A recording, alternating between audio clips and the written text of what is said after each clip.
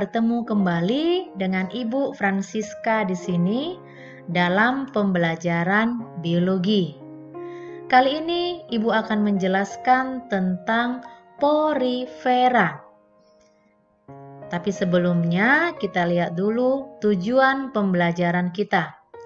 Yang pertama, menjelaskan ciri-ciri porifera.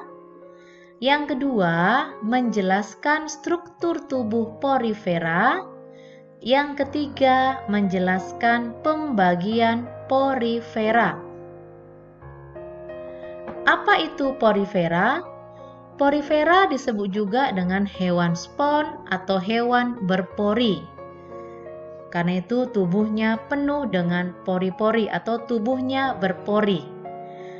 Lapisan tubuhnya ada dua, yaitu lapisan luar ektoderm dan lapisan dalam endoderm, sehingga disebut dengan diploblastik. Tubuhnya simetri bilateral. Memiliki bentuk bervariasi, ada yang seperti vas, seperti tabung, ataupun seperti mangkok. Yang kelima, memiliki membran inti atau eukariotik dan bersel banyak atau multiseluler. Biasanya hidupnya di air laut dan menempel pada batu-batuan. Pencernaan ada di dalam sel atau intraseluler. Berkembang biak melalui dua cara, secara aseksual dengan membentuk tunas atau gemula, dan juga secara seksual menghasilkan zigot. Selanjutnya kita lihat struktur tubuh porifera secara umum. Nah, ini adalah contoh struktur tubuh porifera. Yang pertama Ibu akan sampaikan tubuhnya berpori. Inilah pori-porinya. Ini bisa lihat kursor Ibu, ini pori-porinya. Nah, jadi ada banyak pori-pori.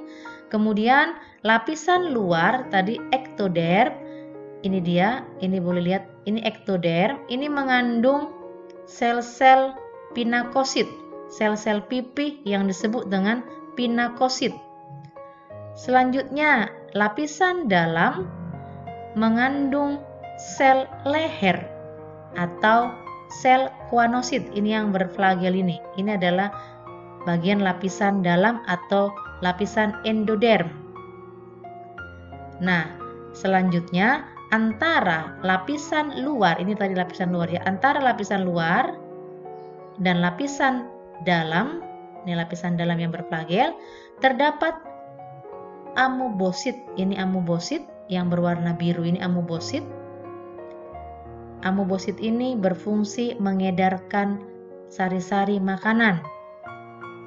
Selanjutnya, ini bagian yang kosong, ini bagian ruangan yang kosong namanya spongosol, lalu nanti ada lubang keluar namanya osculum. Nah, di bagian lapisan luar tentu ada pori-pori tadi, ini tempat masuknya air, ini adalah aliran air. Oke. Nah, ini dari sini, dari gambar ini juga masih bisa kita lihat. Ini masih bisa, ini hampir sama dengan yang tadi ya. Sekali lagi, ini ada lubang masuk. Nanti lubang masuk ini boleh di sini disebut porosit. Porositnya atau tadi ostium ya. Baru ini bagian tengah namanya spongosol. Ini bagian atas atau lubang keluar namanya osculum. Kemudian ini ada spikula. Spikula nanti ini menyusun rangka porifera. Tadi ada sel kuanosit, ini yang berflagel, ini sel leher atau kuanosit, berfungsi menangkap makanan. Yang ini adalah amoebosit. Nah, di gambar sebelah kanan, ini diperbesar satu buah sel kuanosit. Ini sel kuanosit, ini letaknya tadi yang berflagel ini. Jadi kalau kita besarkan seperti ini, memiliki flagel, ini flagel ya, ini flagel untuk bergerak. Dan ada sel lehernya. Nah, jadi ini amoebosit. Tentu tadi amoebosit kan yang berwarna biru. Ini nanti bisa di sini boleh amoebosit. Di sini amoebosit. Nah, itulah struktur tubuh porifera. Selanjutnya, bagaimana dengan pembagian atau klasifikasi porifera? Klasifikasi atau pembagian porifera itu berdasarkan jenis spikulanya. Spikula ini adalah penyusun rangka. Jadi yang pertama ada kalkarea, ini spikulanya mengandung zat kapur. Contohnya adalah sikon.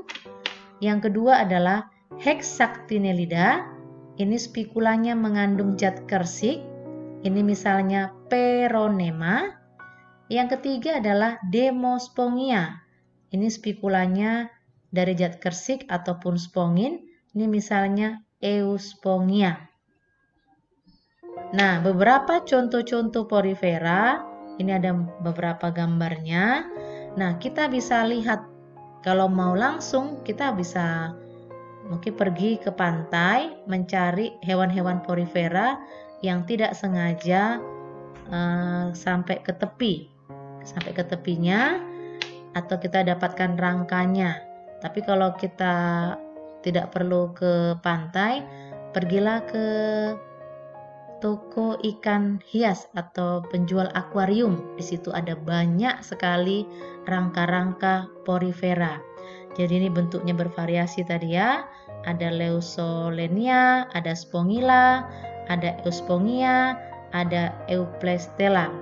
Nah, dari beberapa contoh ini ada yang tubuhnya lunak, itu dari kelas yang ketiga Demospongia, tubuhnya lunak, maka dapat dimanfaatkan sebagai alat spon atau alat penggosok. Nah, bagi yang tubuhnya keras itu menjadi hiasan, sebagai hiasan di rumah atau juga hiasan di dalam akuarium. Oke, itulah untuk porifera. Demikian penjelasan yang bisa Ibu sampaikan. Semoga dapat dimengerti. Sekian dan terima kasih. Selamat belajar.